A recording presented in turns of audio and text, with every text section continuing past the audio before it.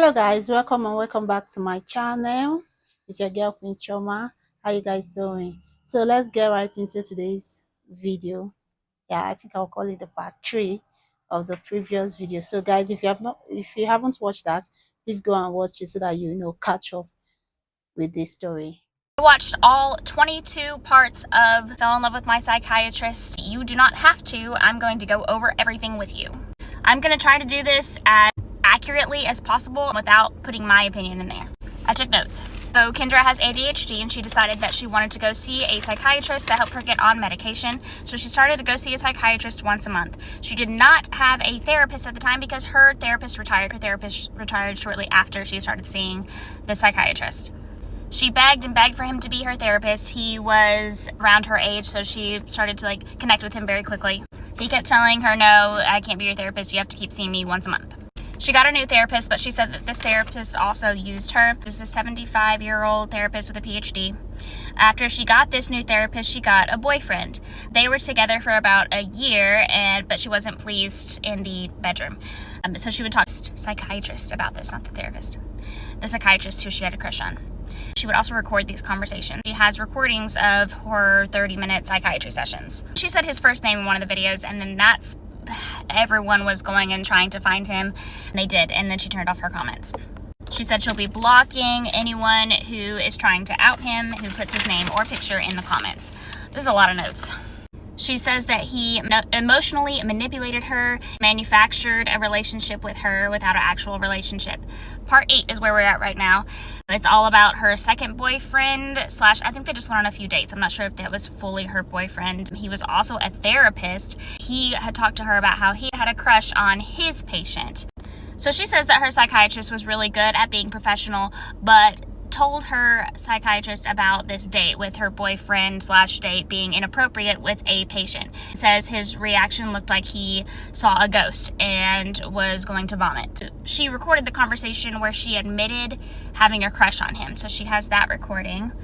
He wouldn't compliment her, but would say things like, "You're wearing glasses today," or would tell her, "I like the tortoiseshell glasses." So then all these videos, a lot of them, she's wearing the tortoiseshell glasses. She said she did that so that he would see her in the tortoiseshell glasses if he saw the videos. He would also say things like, "Your hair is curled today." He wouldn't give her direct compliments. He would just comment on things. On October of 2024, she found out that he actually saw people in person. She had been seeing him for almost 3 years via Zoom. She didn't know that he saw people in person. He told her basically that he didn't. He only saw people via Zoom. She got very angry because she found out that he actually did see people in office from the office manager. She went to the 75-year-old therapist, the therapist with a PhD. She's a female, and she said it was because of the sexual tension between them. He did not want to have an office session with her. She talks about this other therapist a lot and how she started asking for Kendra's advice on her patients and how that was inappropriate. In November of 2024, she sees a psychiatrist for the first time in person, goes in for a hug because she was very excited to see him. He barely even patted her on the back. He never messaged her in between appointments. He seemed to be very clear with boundaries. And in part 12, she starts talking about Henry. If you know, Henry is her chat GPT, and he plays a big part in this story. She's really focusing on shedding light on therapy abuse in these videos, which is very important. Psychiatrist set a nasty boundary because she had said that they had a very close patient-doctor relationship. He said this is only a professional relationship. She said nasty. He does not respond to advances. Tells her about counter-transference. This was a big point for her because he is calculated and purposeful. Then she has a sex dream about him. And part 15 is it's all about racial difference because they had a racial difference. I didn't realize, I didn't get how that went into it, but she ends her therapy with the 75-year-old female therapist with a PhD. Says that she begs for one more session with her. Episode 16, Salad of Emotion.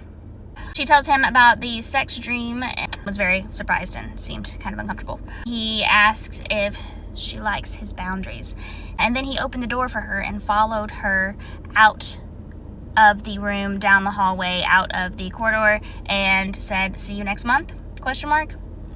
The session was 15 minutes over. That's a big one. He forgot her refills after that. forgot the refills, and she kind of started spiraling.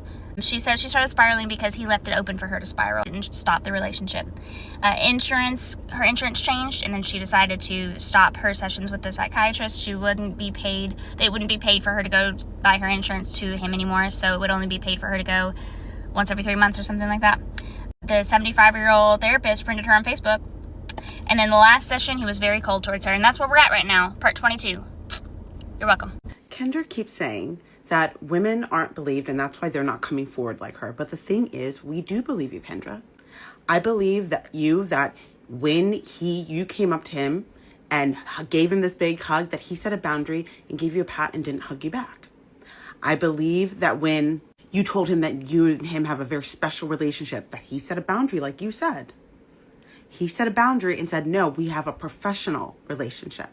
I believe you that after you told him that and sexually harassed him with your story about how you had a dream about having sex with him in the office, that he probably was stunned and didn't say anything. And then walked you out and watched you leave for his own protection. I believe those things happened. What we don't believe is your characterization and your interpretation of the thoughts of his thoughts that were never said out loud. That you think that he set those boundaries. This is what I don't believe, that he set those boundaries, those professional boundaries, because he truly was in love with you. Those are the things that we don't believe. So that Kendra woman who's obsessed with her psychiatrist, tell me why she made a video saying that Black women inspire her. However, she understands that some Black women think that she's taking advantage of a person of color in the medical field and that she's playing victim. And then she blocked me. Mind you, I'm the only person who made a video with that point of view. I'm almost at 400,000 views with that video. Then you blocked me like I wasn't going to see the rest of it. I think she has schizophrenia. Now that I've seen her live, somebody posted her live. This woman comes off as schizophrenic. She has created an entire narrative in her head. She said the man's name on live on purpose. And she was like, oh, I shouldn't have said that. Maybe I should just stop reading emails because I don't want to keep saying his name by accident. Now everybody knows his name. Everybody knows his practice. And he specializes, get this, in schizophrenia. Schizophrenia is one of the main things that he's practiced in the past 10 to 12 years that he's been a medical doctor, a psychiatrist. So this just tracks. It tracks, okay? And everybody that's validating her feelings, y'all aren't doing anything but making her illness even worse. She was on live coming up on the spot with answers as to why she thinks the way she thinks. She's obsessed with her chat GPT. She has named her chat GPT Henry. And she was like, oh, Henry's probably a brown colored man like him. Why would you even say some weird shit like that? This man's probably married with a family and everything. And you are still obsessed over him. There is a lot of loose screws up there. There's a lot of loose screws up there. I want you all to look up the symptoms of schizophrenia. There's so many. But one of them is her bulging ass eyes. Like when she's thinking and talking and she's lying, you can tell she's lying, for one. Number two, she's creating an entire narrative of situation that doesn't even exist in her head. It doesn't even exist. I doubt half of the conversations that she stated she had with this psychiatrist even happened. I doubt it. I believe she's taking all of what he said out of context. And it's just crazy to me that there are people still following her, still laughing with her, still validating her, and still making her feel like what she's saying is the truth, and it's not. It's not the truth. This is all made up in her head. Whatever voices that she's whatever, it's all made up. And she's sitting there and talking to Chat GPT like it's her best friend, like it's a real person. That's probably the only social life she has. It's almost sad. It's very sad, as a matter of fact. But y'all have to learn to stop. Y'all have to learn to stop. When y'all see a medically challenged person on here, Y'all play into their hand and it doesn't make it any better. The moment that confirmed for me that I was fully on the psychiatrist side in that whole 17-part series saga with the girl who is saying that she was in love with her psychiatrist is when she showed the email from her therapist. Because that girl, Kendra, went to her therapy session with her therapist, different from the psychiatrist, and then told the therapist in that session, hey, this is actually going to be our last time, which to me is unusual. Anytime I've like broken up with a therapist, I've told them that I'm going to do it ahead of time so that we can like talk about it in the last session. And later that day is when the therapist sends the email to Kendra begging her to come back. So let's look at the email. I'm reading it off my computer. The therapist says, hi Kendra, I'm so thrilled for you as you prepare for your new adventure. Since I did not have advance notice of this being our last session, I was not prepared to provide what I believe is healthful closure. Usually we review your goals and see how we did, as well as look at how you've changed, in addition to discussing what you've learned, which we addressed somewhat today. Please consider having an additional session where we both are aware of making it the best closure possible. I didn't hear any begging in there. Like, it's so when I'm convincing myself that a guy is into me and they like literally don't care at all, and I show my friends the text and I'm like, he's obsessed, right? And my friends are like, honey, you need psychological help. This poor therapist probably had that session and then said, oh my God, my client is about to go murder her psychiatrist if I don't intervene. Let me see if I can get her in here one more time just so I can like set her straight a little bit. And this girl's only on part 17 of the series, so it's possible she'll release some information that changes my mind. But so far, I have no reason to believe that she is in touch with reality whatsoever because she can't even read emails correctly. So the lady who thinks that her and her psychiatrist were having some kind of romantic tension in their virtual sessions, is she well? Are we all on the same page about this? Unfortunately, after the ongoings of Love Island USA, I see that a lot of us are not on the same page about a lot of things, so I have to ask. No shade. This lady has now accused 3 different mental health professionals, her psychiatrist, her therapist, and a guy she went on a date with who is also a therapist, of malpractice. She's accused all of them of basically individually conspiring against her, grooming her. What say you, class? I know there are people out there who abuse their power, but is that what's happening in this case, on this planet, in this reality? Okay, so as a psychologist, I felt compelled to watch all 19 parts of the I Fell in Love with My Psychiatrist story. Not that I wouldn't have watched it anyway, but I wanted to make a couple of comments just from the perspective of a psychologist. The first one is that when somebody's telling you what happened in a situation, you're only ever hearing that person's perspective, right? So if you were watching some of those videos and thinking, well, okay, well, we don't know what was happening in those sessions. How do we know how much of this is true? What was he doing? I think that we got all the information that we needed. She showed the email that her psychologist sent her when she ended the relationship with the psychologist. She decided to sack the therapist after a long-standing therapeutic relationship. She walked in, no notice, said, that's it, this is our last session, we're done. The psychologist sent an email afterwards saying, we didn't have time to prepare. I normally would prefer to have a proper kind of exit interview. Would you mind making another appointment so that we can do that properly? Kendra's interpretation of that email and the way she showed it, and she talked about how this woman was clearly begging her to come back for a session and how needy that was and how inappropriate that was.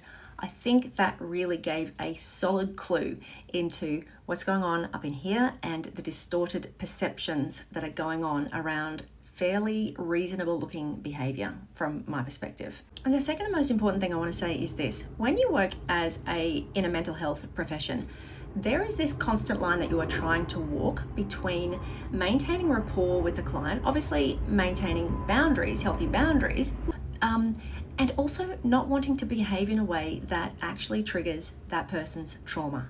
If you know from what the person has told you that they have trauma and you have a sense of how they might react to a rejection, for example, an abandonment, for example, and then they start behaving in inappropriate ways, you're trying to find this balance between maintaining the rapport, keeping the boundary, and not wanting to have the patient or the client feel like they're being shamed or judged or rejected for what they're bringing to the sessions with you. And it sounds like that was a really, really tricky balance that this psychiatrist was trying to find in his interactions. Bearing in mind, and this is my third point, A psychiatrist often doesn't do a lot of therapy work. They can, for sure. A psychologist or a therapist will do the talk therapy and have more regular appointments, as was the case with Kendra. And the psychiatrist is really there to dispense and monitor the medication. So she was having monthly appointments for medication review because ADHD medication is a controlled substance. It can only be prescribed monthly. You have to go back every month for a new prescription. I don't think it was necessarily the deep therapeutic relationship that maybe it was perceived to be. So my whole TikTok feed at the moment is that lady who fell in love with her psychiatrist and thinks that he manipulated her. I actually feel sorry for her because, ironically enough, I also fell in love with my psychiatrist. But unlike her, the difference is my psychiatrist loves me back. So, guys, before you judge her, just know that not all of us are crazy if we end up dating psychiatrists, okay? Okay, some of us actually pull it off. Girl, why are you making me agree with a man that I have not heard from? Like, this man has been silent and silenced due to HIPAA, yet I'm on his side? How dare you make me side with a man? Jesus Christ. My name is Agam Dewan. I'm a board-certified psychiatrist, and I want to share my thoughts on this viral video about this woman who discusses falling in love with her psychiatrist and that journey publicly on TikTok. So, for context, I did residency in 2019 and I became a full-fledged attending in 2024, and now I'm in private practice. The whole story summarized is that she started seeing the psychiatrist a couple years ago, and she felt like the doctor really listened to her, was warm towards her, was caring towards her, gave her a safe space to speak, but also that he was hot and cold and that he was warm and empathetic, but then he was also cold and clinical, so to speak. And so eventually what had ended up happening was that the patient realized that they were doing Zoom sessions for a couple of years. She saw that there was an opportunity to do in-person sessions. So she took the in-person sessions, and she says that when she hugged the psychiatrist, he kind of just gave her a pat on the back. And then after this had happened, she had told the psychiatrist that she loved him, and he didn't really know what to say, but then had still said, okay, let's schedule for a follow-up visit. And then this is when the patient starts coming online and then saying that the psychiatrist was pretty much grooming her and in love with her and was trying to facilitate this whole thing about that. So that is the story of it. So the question that I've been receiving is this unprofessional? So when I was in residency, this is something that was discussed. What we were told and what we're taught in psychiatry is that if a patient does this, then you don't want to make the patient feel shamed or abandoned for their feelings. Because let's say if a patient comes to me and says the same things, then what I would say would be, okay, let's discuss it. That's interesting. How did these things develop? Do you think this will affect our therapeutic relationship? I would explore those with the patient, just like I think the psychiatrist was going to do in these sessions. But it looks like this patient did not give the psychiatrist a chance to do that. I wouldn't immediately dismiss the patient, put them on with a different psychiatrist, because now the patient will feel abandoned. What this is going to do is, imagine if you're a patient and you disclose something very vulnerable, very truthful to someone, and now they shut you down. So by doing that, I wouldn't do that, because then the patient is going to feel abandoned, they're going to feel rejected, and now the patient in the future is going to be conditioned that if I tell the truth, then I will be shamed for it, I will be rejected for it. Therefore, it's going to condition the patient to not tell the truth. And this is why we don't just immediately dismiss patients like that. So the psychiatrist was completely in the way that they handled the interaction. And it's not like this was a first-time visit. They had established a long-standing bond for years. So the psychiatrist must have felt that this was a safe space where they could discuss it with the patient. And it's unfortunate that the patient reacted this way, because me and many other psychiatrists would react the same way, not to shame the patient. Furthermore, let's say we say, okay, I'm going to transfer you to someone else. Now, is that other person going to take the patient's insurance? Are they going to have the same rapport with the patient? Or if the patient is struggling and now in the interim of trying to transfer them on to another psychiatrist, the patient decompensates and now you're in the wrong. The patient was saying that the psychiatrist was hot and cold. He was warming and like he was kind of grooming me to start doing this type of stuff. Well, are you really? Imagine if the psychiatrist was just pure cold, pure clinical, then the patient would say that, okay, this psychiatrist was a complete ass. In psychiatry, I have to know how to balance between being warm, empathetic, friendly, creating a good connection with the patient, but at the same time, also being clinical, logical, and more detached, because that's why patients are coming to me for my expertise. They're not coming to me to be their friend. They're coming to me to be their psychiatrist, to give them that clinical expertise that I spent 4 years in medical school. For me, I feel like she just created this whole thing in her head. She just imagined it, created a love story of how she's going to be with the doctor, the psychiatrist, and every other. She just imagined it. The chemistry was not there. This thing was just coming out from her. She was just imagining the whole thing. He was not grooming you. He was not facilitating the whole thing, but you were touching yourself with, feeling this feeling you had for him.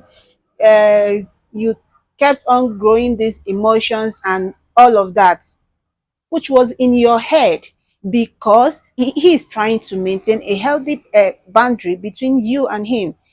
You said it yourself when you told him that you have a special doctor and a patient relationship. He said, no, you have a professional relationship. He wasn't letting you on, but you were letting yourself on, letting yourself feel these emotions, having all those thoughts in your head, imagining the whole situation, creating the love story in your head. And now you are accusing your psychiatrist, which is your doctor, and the therapist as well, for malpractice.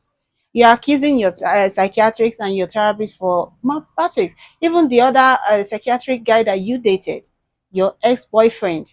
These are three people now you are accusing. I don't. This whole thing is just is something else. I believe the story, but what I do not believe is the part that she kept saying that the psychiatrist was leading her on, like he set those boundaries, but you ignored them. You were not catching it. He was not feeding you anything. You were the one feeding yourself. The chemistry was not there. Nothing. You were the one leading yourself on, imagining all those things in your head.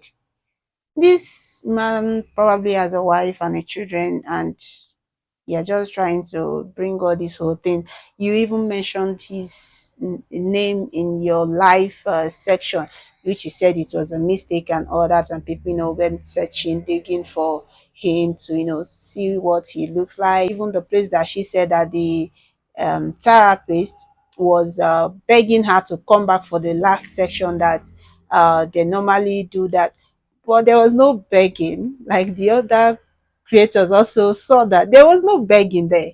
She was just in she interprets all this thing in her head, in the way that pleases her, in the way she wants, in what she wants to believe, which is not so. That is not the reality. She is totally far from reality. She is not even anywhere close. Something will happen and she will interpret it in another different way, which is not what the other party is even trying to pass across to her. So guys, let me know what you think in the comment section. Let's also have a conversation about this in the comment section. Don't forget to like my video. Please guys, subscribe. That will be you supporting me, and share this video to your loved ones that you will like to have this conversation with. See you in my next video.